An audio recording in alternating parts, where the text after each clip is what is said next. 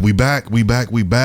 Kings just beat the Warriors in Game 6 in San Francisco to force a Game 7.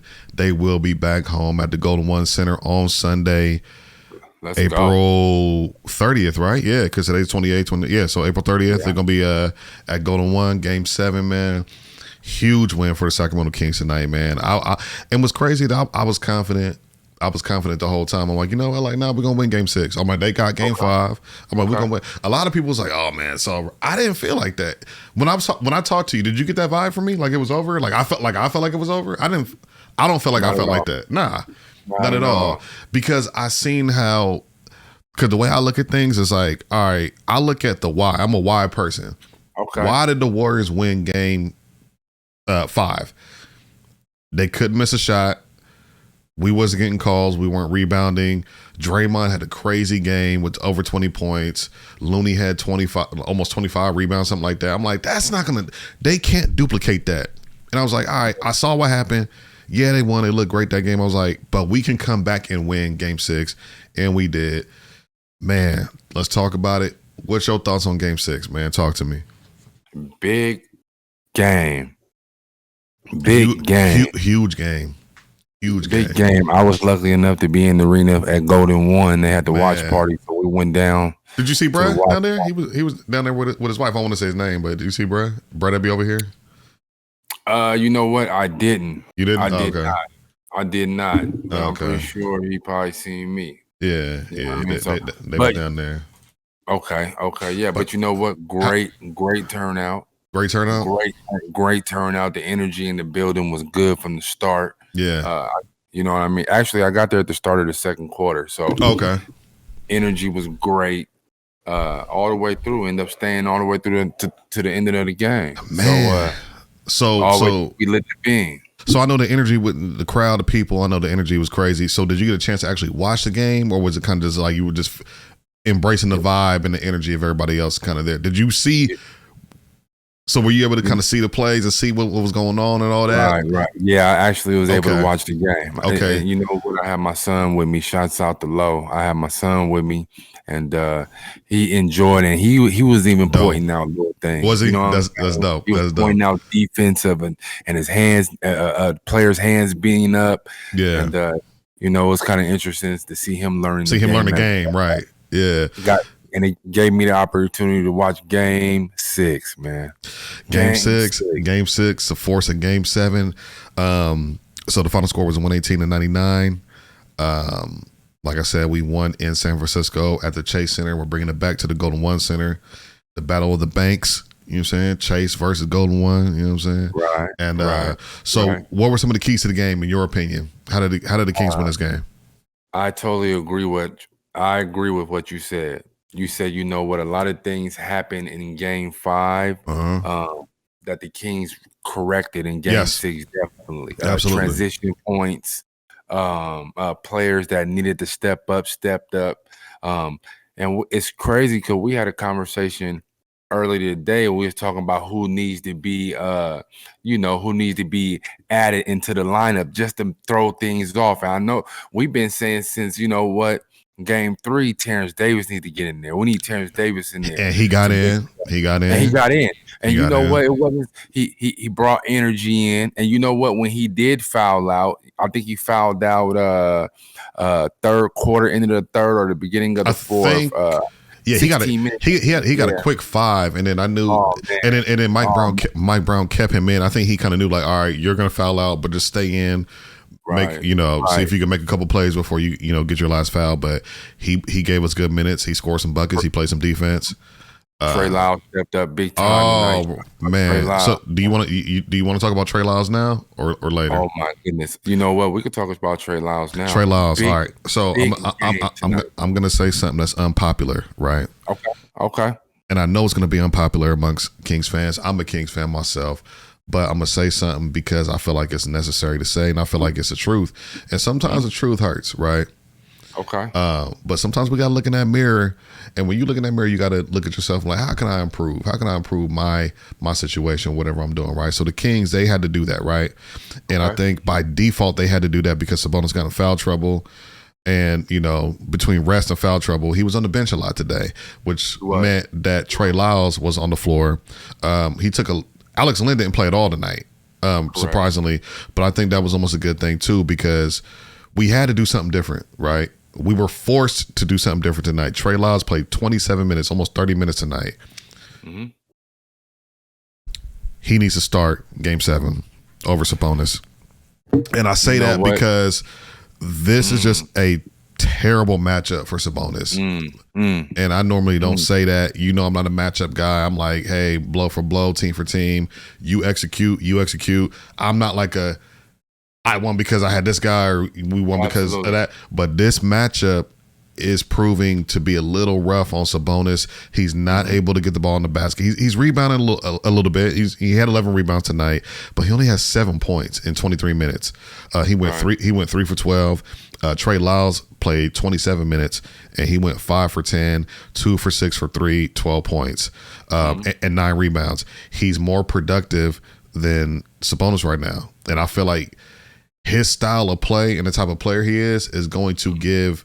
Or not going to give. It did give Golden State fits because we know that they're leaving Sabonis open on that mid-range. From 15 on, they're leaving him open. They're leaving him open on 3-point. They're leaving him open at the free throw line, pretty much from free throw out. When Trey Lyles is in, you got to account for that, right? So when you're not guarding Sabonis on those 15-foot jumpers, you're able to double team, another player. You're able to play backdoor. He really can't pass backdoor. He can't do any of that because everybody's back. It's like a zone. It's like everybody's back. Yeah. When you have Trey Lyles, you got to press up on him because he could hit that jumper. He could hit that three, and he showed that tonight. So I feel like that was the Achilles heel tonight for the Warriors. Trey Lyles and his versatility, his size. He's able to switch better. On some of those players, I know he switched. He switched tonight on like Steph Curry, Klay, and he was able to kind of stay in front of them and bother their shots. They miss. We get the rebound. We're coming back down. We're pushing it with De'Aaron Fox, Malik Monk. What are your thoughts on how I broke that down? What do you think as far as Trey Lyles versus Sabonis in this particular matchup against the Warriors? Great analyzation of what you've seen tonight, because that was exactly was that accurate?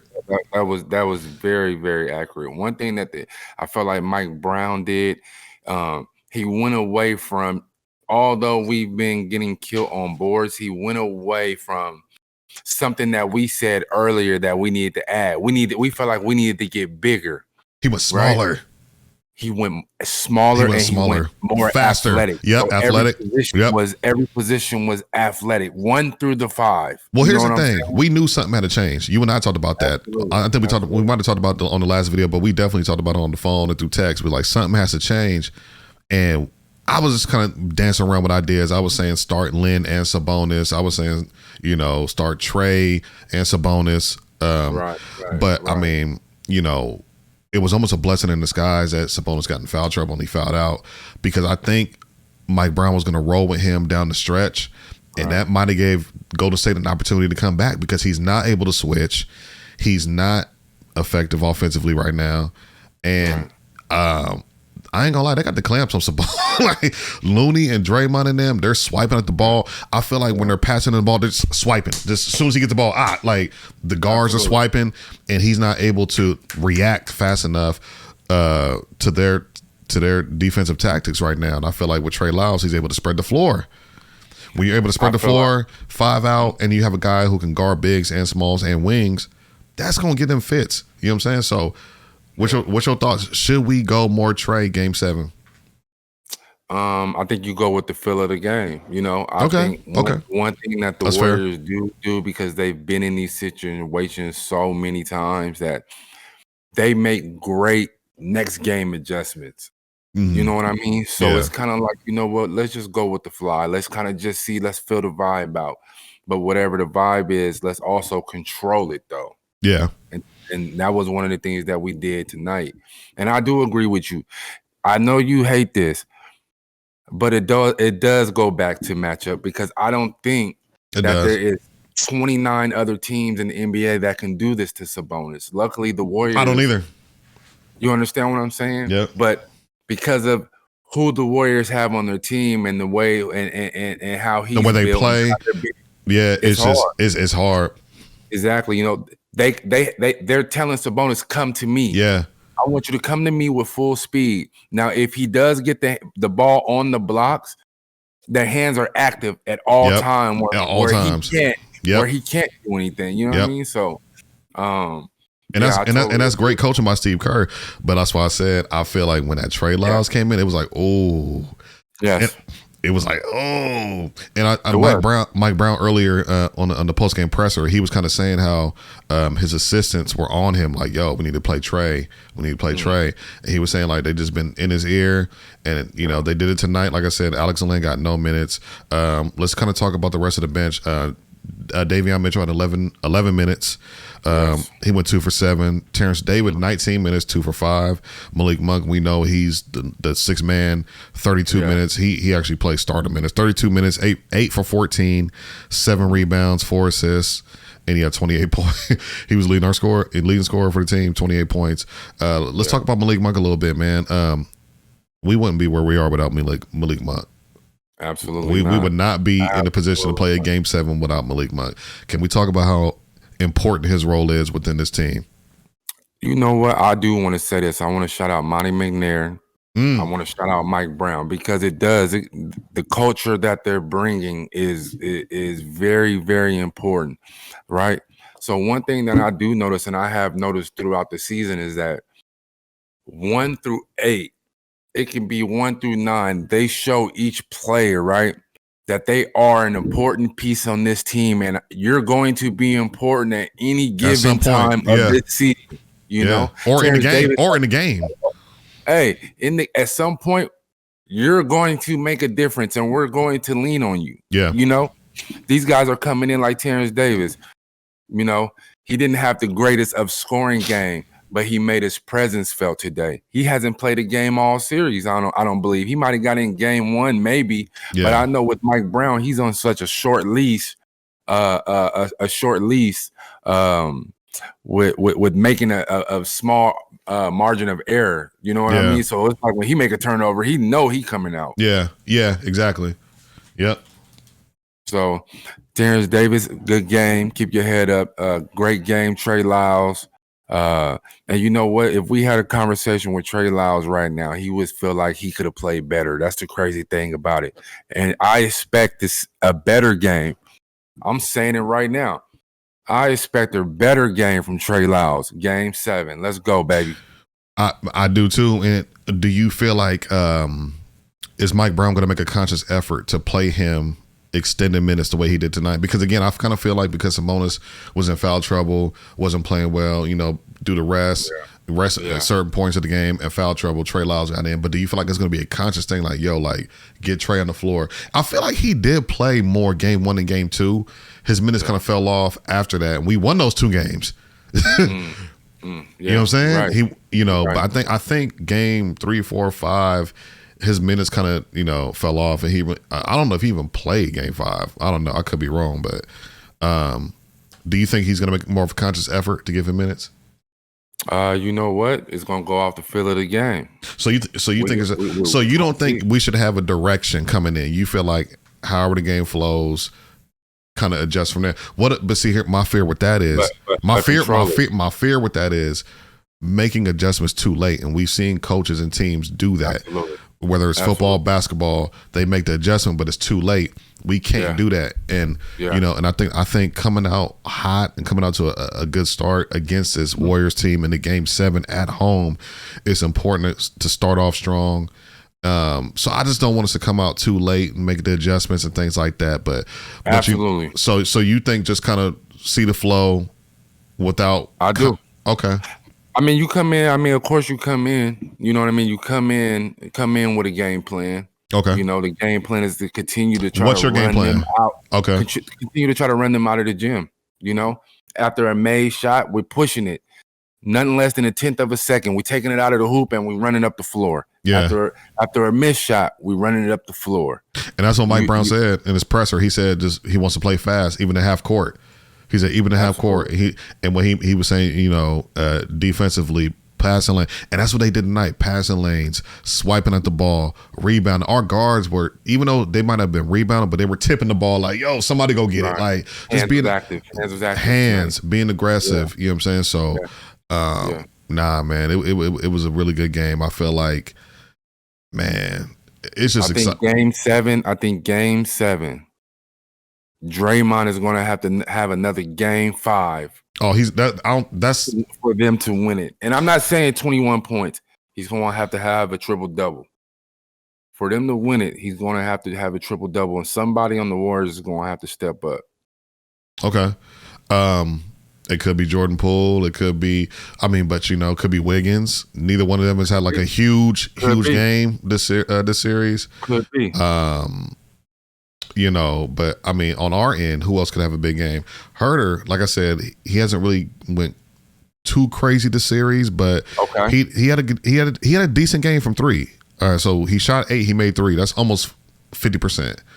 So let me ask you a question. How was our third quarter? I know game 6 we had a tough third quarter. Let me see if how was our third game 5? I apologize. We had a tough third quarter. Third quarter. Let me see if I can find this third quarter on this site that I'm on right now.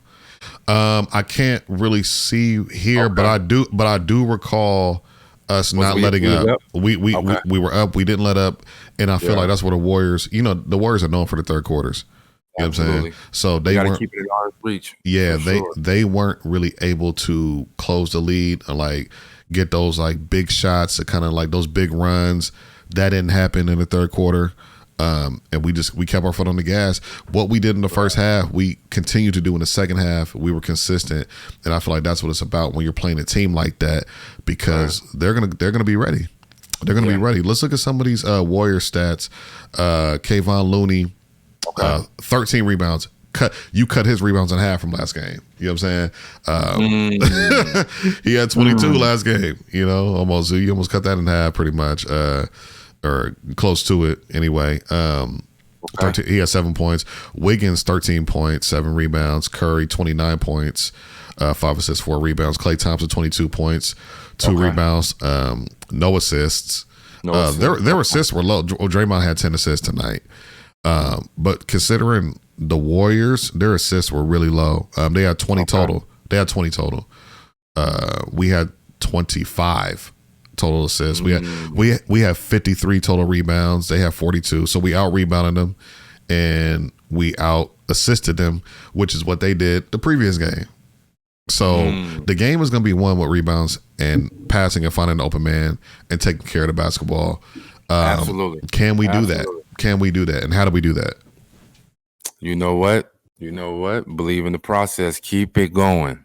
What you guys did tonight, don't do anything different. Don't do anything different. You know what the thing is?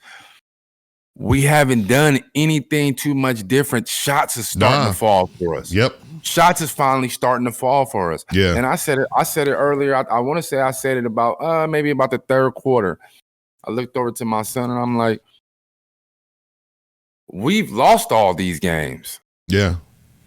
Outside of game 3? Yeah. We lost all these games. Yeah. No, yeah. So. No, definitely. But we stayed locked in today. We won it. And, Sacramento Kings, we got game 7 on Sunday. That's big. Game 7 with the defending champs. Sacramento Kings with the defending champs, bro. And we have a really good chance of winning this game. Yes, we do. Really good chance of winning this game, yes, man. We do. So that's about it. We just wanted to kind of just talk about this game from our perspective, and we're excited for Game 7. We definitely want to do something for that. I want to go to the game, bro. I know these tickets are gonna be crazy, but I really gotta figure that out, man. I would love to be in that building, Game 7, man, in Sacramento. Absolutely. It's rare that we get an opportunity like that, so I definitely want to see if that's a possibility. But yeah, man, appreciate y'all tapping in, watching this video. Maybe if we don't, we could do a live stream. Maybe if we don't head out, I don't know. We'll figure that out. But any last anything you want to say before we get up out of here about the game or Game 7, the series overall, the coach, anything you want to touch on? I feel like Future and Drake is a great time to be alive, baby. Man. This is part For 2. real. This is the part 2 right here that we've been waiting for. Man, Game 7, Game defending 7, champs. bro. You know what? I look forward to it. Definitely look forward to it. Give me your prediction real quick before we get up out of here. Game 7 prediction. You know what's crazy? I was just thinking. I was going to ask you, does Vegas have the predictions up yet? The Vegas odds. Vegas right now. Vegas.